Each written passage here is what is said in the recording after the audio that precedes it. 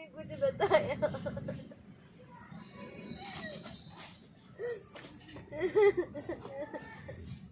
अस्सलाम वालेकुम, आदाब। आप देख रहे हैं स्टेट ऑब्जर्वर। मैं हूं आशिया खान।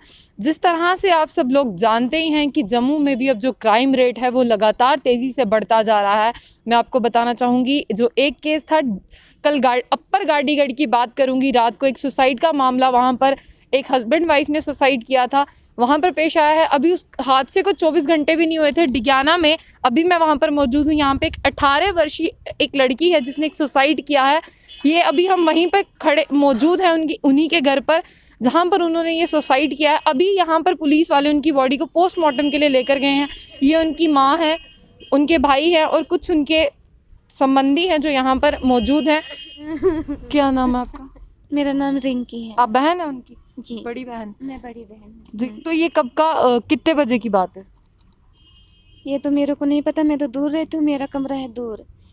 अब ये बात ये बोल रही हैं कि रात को पूरी सब्जी मैंने बनाया और मैं बेल रही थी, ये कढ़ाई से निकाल रही थी और खा पी के हंसी खुशी से दोनों सब पूरे परिवार खा पी के ये अपने कमरे में सो गई, वो अपने कमरे में जाके सो गई। अब रात में पता नहीं क्या हुआ, सुबह जब ये सो के उठी तो इसने जब चाय बनाई तो बोलने लगी पूजा आके चाय पी लो। तो पूजा वहाँ से बोल ही नहीं रही थी, कोई आवाज़ ही नहीं आ रही थी।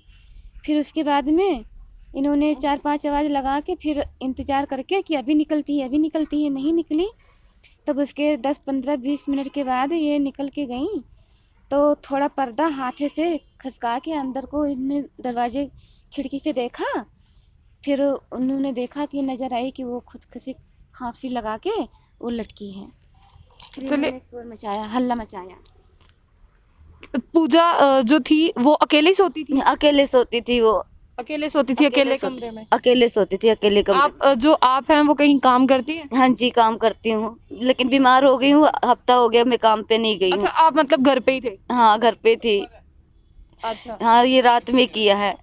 ये उसने रात को किया। कोई परेशानी उसने बताई आपको? लगा वो परेशानी नहीं बताई कोई, ना उसको घर की तो कोई परेशानी नहीं थी, लेकिन जो लड़का लड़की में कुछ हुआ है ये मैं नहीं बता सकती, ना जान सकती हूँ मैं। कौन सा लड़का लड़की? ये जिस लड़के से ये प्यार करती थी वो कहाँ का रहने वाला है? वो पंजाब में रहता है, रहने वाला हमारे गांव का है, हमारे जेठानी का बेटा है। आपकी जेठानी का बेटा है पर अभी पंजाब में रहता है? हाँ, पंजाब में क्या रहता नाम है उसका? है, दिलीप। दिलीप। अच्छा, मैं आपसे ये जानना चाहूंगी, आपको पता था उसके इसके बारे में? हाँ, पता था, हम दोनों राजी भी हो गए थे मियाँ बीबी की, तू जहाँ चाहेगी वहाँ कर देंगे हम शादी।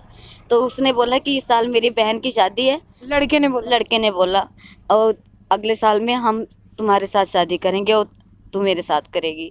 तो लड़की भी बोलती थी कि मैं लड़के से करूँगी और लड़का बोलता था मैं तुम्हारे से करूँगी और किसी से नहीं करूँगी। अच्छा, आप मतलब एग्री थे सारे की कर लेना? हाँ, हम सारे थे कि लड़का आ जाए, लड़के को बुला लो, तू जहाँ कहेगी तहाँ कर देंगे।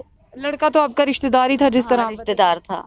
तो फिर ऐसा क्या हो गया? आपने पूछा, आपने बताया होगा उसको कि ये बात होगी? अब ये नहीं पता कि रात में उनको उन दोनों में क्या हुआ है, ये नहीं पता है मुझे, ना मुझे बताया है। आपके हस्बैंड क्या करते हैं? गाड़ी का काम करते हैं, गाड़ी साफ करने जाते हैं अच्छा, लोगों के। आपको क्या भारी आपको काम नहीं कर पाते हैं, उनके दोनों टांग टूटी हुई है, ऑपरेशन हुआ है, वही हल्का फुल्का काम करते हैं अपने खर्चा पानी के लिए, किसी तरह से घर चला रहे हैं। तो अभी जब आपको ये सुबह पता चला कि आपने उसको आवाजें लगाई, अगर मैं रात को पूछूं, जिस तरह से आपने बताया कि खाना खाया, बिल्कुल खुशी से थे, जब बिल्कुल खुश थी, रात को बिल्कुल खुश थी। अब रात में इन दोनों में बात हुई है, 1-1 बजे रात तक वे बातें करते थे दोनों, 1-1 बजे रात तक, कहीं 2 बजे सोते थे, कहीं 1 बजे सोते थे। 11 बजे तक तो आवाज़ आई है इनकी, फिर उसके बाद में नहीं आवाज़ आई है। तो फिर आपने सुबह कितने बजे उसको आवाजें लगाई? आवाज़ें लगाए जब चाय बनी है 9 बजे, तब आवाज़ें लगाई है। तो उसके बाद में आधा घंटा देखा, नहीं उठी, ना निकली, ना फ़ोन की आवाज़, ऐसे फ़ोन की आवाज़ आती रहती थी, गाने गुने सुनती थी, नहीं बोल देती थी कि हाँ मम्मी अभी उठूँगी या नहीं उठूँगी, तुरंत दरवाज़ा खोलती थी, आज आवाज़ नहीं आई। फिर मैंने पर्दा हटा के देखा तो देखा लटकी हुई। अच्छा, तो उसके बाद आपने सबको आवाज? हाँ, फिर उसके बाद में इसको पापा को बुलाने गई थी, फिर सबको पता लगा। क्या नाम है आपका? प्रदीप। भाई, बड़े भाई हो छोटे भाई? छोटा छोटा हूँ। छोटे हो। तो अच्छा, जब दीदी रात को सोने गई तब वो खुश थी?